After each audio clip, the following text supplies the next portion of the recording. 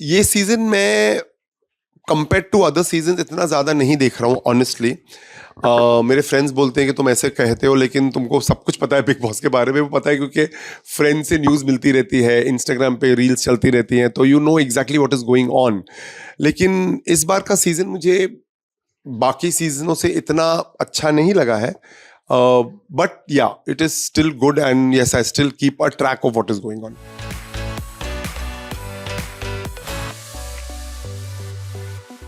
मेरे एक्चुअली दो फेवरेट हैं, करण और विवियन। मैं स्टार्टिंग से बोल रहा हूँ कि either of them should win, but इस तरह से जिस तरह से चल रहा है I think Karan may have an edge, but as I said, I am happy if Karan wins or Vivian wins. I am happy because I think these two truly deserve it.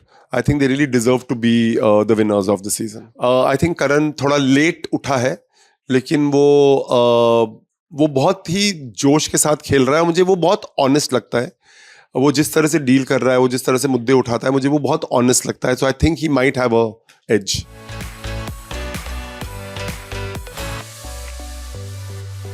मैंने ऐसे कुछ, मतलब आपने तो TV पे देख लिया होगा मैंने उसको क्या बोला था। एडिशनली मैंने उसे सिर्फ यही बोला था कि टू प्ले द गेम। देखिए, करण एक फुटबॉल प्लेयर है, तो मैंने करण को ये बोला था कि तुम फुटबॉल खेलने आए हो, लेकिन तुम हॉकी के रूल्स लगा रहे हो। हर गेम का अलग रूल होता है, मतलब खतरों के खिलाड़ी अलग है, बिग बॉस अलग है। और जहाँ तक मैं करण को जानता हूँ, उसने बिग बॉस जैसा कभी कुछ किया नहीं है, तो वो मुझे लगता है कहीं ना कहीं गुम हो गया था कि मुझे क्या करना है। करण पर्सनली एक ऐसा इंसान है जो किसी के मुद्दे में टांग नहीं अड़ाता है। मतलब वो अपने काम से काम रखता है, वो अपने एक जोन में रहता है। उसका वर्कआउट है, उसका फुटबॉल है, उसे कुछ गिने चुने फ्रेंड्स हैं, वो उसी में खुश रहता है, उसकी फैमिली है। तो उसके लिए ये जो दुनिया थी वो बहुत नई थी, और वो मैं उसे टीवी पे देख के समझ रहा था कि ये थोड़ा गुम हो गया है, क्योंकि उसको समझ में नहीं आ रहा है क्या हो रहा है। तो जब मैं उससे मिला था, जो मैं उससे पर्सनली नहीं मिला था, I met him over the TV screen, I just explain to him and told him that you are playing football, so rules, put the rules of football and not hockey. क्योंकि जैसे मैंने कहा, हर game के अलग rules होते हैं। Big boss में आप चुपचाप बैठ के कोने में बैठ के आप नहीं कर सकते हो। बिग बॉस पर्सनालिटी का शो है। बिग बॉस एक ऐसा शो है कि आप अपनी पर्सनालिटी बाहर निकालो, आप लोगों को दिखाओ आप कौन हो, आप क्या हो। पर्सनली आप जितने भी प्राइवेट हो, रियल लाइफ में आप जितने भी प्राइवेट हो, Bigg Boss is not the platform to be a private person. तो मैंने करण को यही एक्सप्लेन किया, एंड आई थिंक वो बात उसके दिमाग में गई।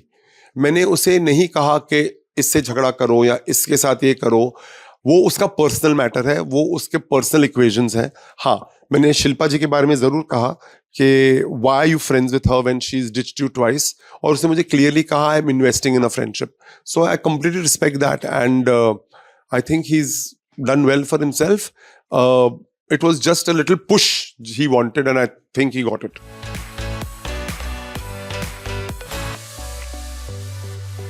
देखो, मुझे नहीं लगता है वो ज्यादा डिपेंडेंट थे। जो मुझे करण ने बोला Sandy I am investing in a friendship, तो मेरे लिए वो लाइन काफी थी।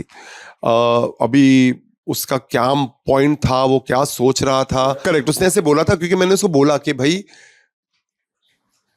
see what she's doing. So I think he told her, he didn't break his relation with her, he told her.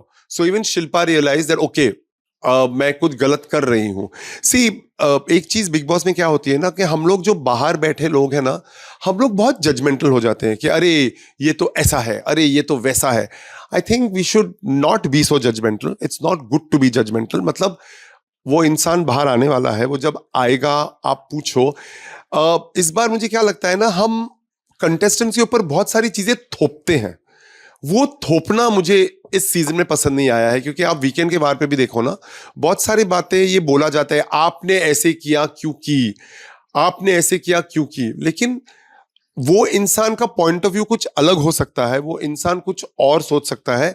हम उस इंसान को अपना जस्टिफिकेशन या अपना पॉइंट ऑफ व्यू आगे लाने का मौका ही नहीं देते, हम उनको बहुत कॉर्नर कर लेते हैं।